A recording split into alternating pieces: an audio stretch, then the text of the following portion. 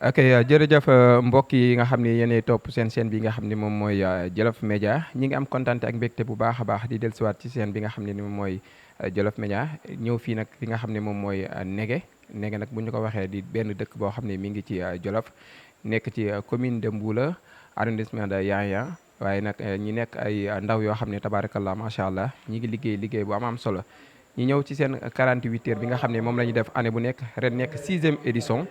ñu ngi taxaw ak ki nga xam ne moom mooy Gounia Mbaj di président bi nga xam ne moom mooy association Négué Ma Fierté sànq ci base bi dégg nañ ko mu def déclaration bu am solo bi nga xam ne moom la def ci base bi noonu rek la ñuy ñëwee daal di koy dikkaat suñu micro ci programme bi nga xam ne moom la ñu taxawal muy 48 heures ñi gis li nga xam ne moom la wax sànq ci jafe-jafe yi nga xam ne moom moo nekk ci biir Jolof nekk ci xeer gi waaye tamit li nga xam ne moom la Négué taxawal ban jafe-jafe lañ ci am ak yan fan lañu war a mën a jaar ba saafara jafe-jafe yooyu kon su ko defee président ñi ngi lay nuyu di la ziar di la jox sa wàccuwaay bu baax a baax. jërëjëf Hadji Mor ñu ngi lay fay nuyoo di nuyu mbooleem téléspectateur Jolof TV di leen ziara di leen baalu àq di leen ko baal di ñaan yàlla booy defal jàmm di am kontaan bu baax a baax ci waxtaan wi nga xam ne bëgg nañ ko séq ak yéen. fii nga xam ne mooy chaîne Jolof TV incha allah comme ni nga ko waxee rek ñu ñëwoon fii nag fii nga xam ne mooy village bu ñuy wax Négué bokk ci commune bu Mboula arrondissement bu Yaya di fi amal ay 48 heures culturelles yoo xam ne ren jii la yàlla dogal bu nekk 6e édition ñu koy amal nag saa su nekk jubluwaay bi nag du lenn lu dul gën a suqali Négué mais aussi itam gën a jaay xar kanamam mais aussi tamit participer ci lépp loo xam ne lu koy développer la ci aspect bu mu mënti doon moo xam aspect religieuse la wala aspect boo xam ne aspect culturel la wala éducation ak bu mënti doon loolu moo nekk suñu bëgg-bëgg te it moo nekk suñu yéene. comme ni nga ko waxee nag mu nekkoon ay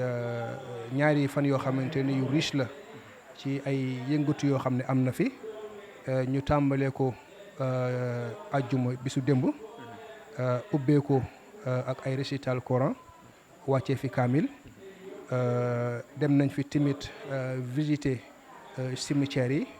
ndax dafa nekk ci bërëb boo xam dafa xaw a gannaawe defaraat ko def fa samp fa timit ay tableau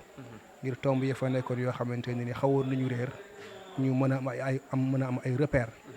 bi loolu weesoo timit ci ngoon gi amal nañ fi xadratu juma boo xamante ni bu yaatu la dëkk yu bëree bëri teewee ko mu nekkoon loo xamante itam wax dëgg yàlla mbégte la jur ci waa dëkk bi ndax itam dafa nekk lu point bu am solo ci journée culturelle yi ndax suñ ne culture du rek cosaan ak aada mais diine sax ci biir culture lay dugg tax na loolu tamit jot na fee jaar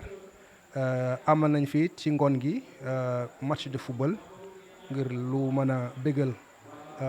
jeunesse bi nga xam ne ñoo fi nekk te nga xam ne ñoom bokk na ci yëngatu yi nga xam ne moom lay gën a bëgg tey ci samedi bi tamit mu nekkoon journée boo xam ne daanaka mooy tëj 48 heures culturelles yi amal nañu fi ay activités yoo xam ne yu bëree bëri la bokk na ci mooy finalu tournoi de football yi ak benn finalu jeunes en herbe yoo xamante amal nañ ko fi amal nañ fi tamit ay prestations yoo xam ne prestation culturelle la am ay messages yu am solo yoo xam ne doon nañ ko fi jàllale amal fi tamit ay remise de médicaments. macha allah président bu ñu déggee ni nga résumé programme bi muy résumé bi am solo comme ni nga ko waxee ci 48 heures yi mais suñu bëggoon a xam tey démbi Négué ak Négué tey ci 48 heures yi fan la yóbbu Négué la ñuy wax. waaw mën nañu wax nag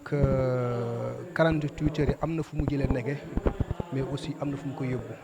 parce que li ñuy wax chaque jour nit ki lépp looy def war nga ci def ab jàngat xool laata nga koy def. fan nga fekkoon mbir mi bi nga ko tàmbalee def ba fi nga yegg si tamit fan nga koy yóbbu alhamdulilah ñu ngi sant yàlla bu baax a baax parce que bëri na ay réalisation yoo xam ne amal nañ ko fi te mën nañ ne mi ngi am grâce bi ñu commencé journée culturelle yi parce que association bi ñu ko séq di ko doxal mi ngi def liggéey bu am solo ci biir dëkk bi bokk na ci fii nga xam ne fi leen taxaw muy cas de santé bi wax naa ko sànq léegi chaque année dana am ay ndimbal yu ñu fiy indi mu nekk loo xam ne dañ koy soxla te mu nekkoon lu fi manqué tamit bu demee ni que ay lal yoo xam ne indi nañ ko fii ak itam ay dons de médicaments yoo xam ne dañ ko fiy def ak di participer ci lépp loo xam ne lu yokku taaxum bërëb bi la ndax bu njëkk benn néeg rek moo fi nekkoon alhamdulilah góorgóorlu nañ ba tabax fi ay bâtiments yu bëree bëri noonu itam ci jàppalante bu dox ci jeunes yi nekk fii Sénégal ak ñi nekk ci diaspora bi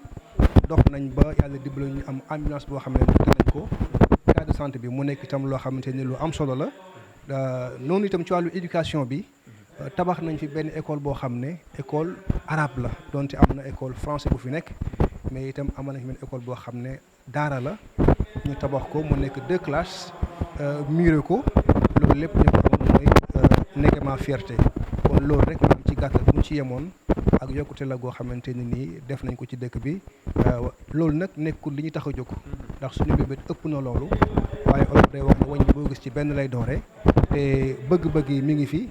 yéene bi mi ngi fi te itam gis nañ ne boobaag léegi ñu ngi ci yoon bi di dox te am nañ yaakaar ne incha allah dina atteindre suñu objectif comme ni ñu ko bëggee incha allah.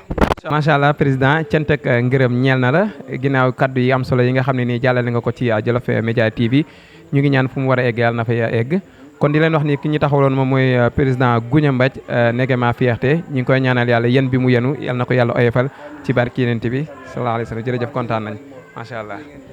Merci beaucoup.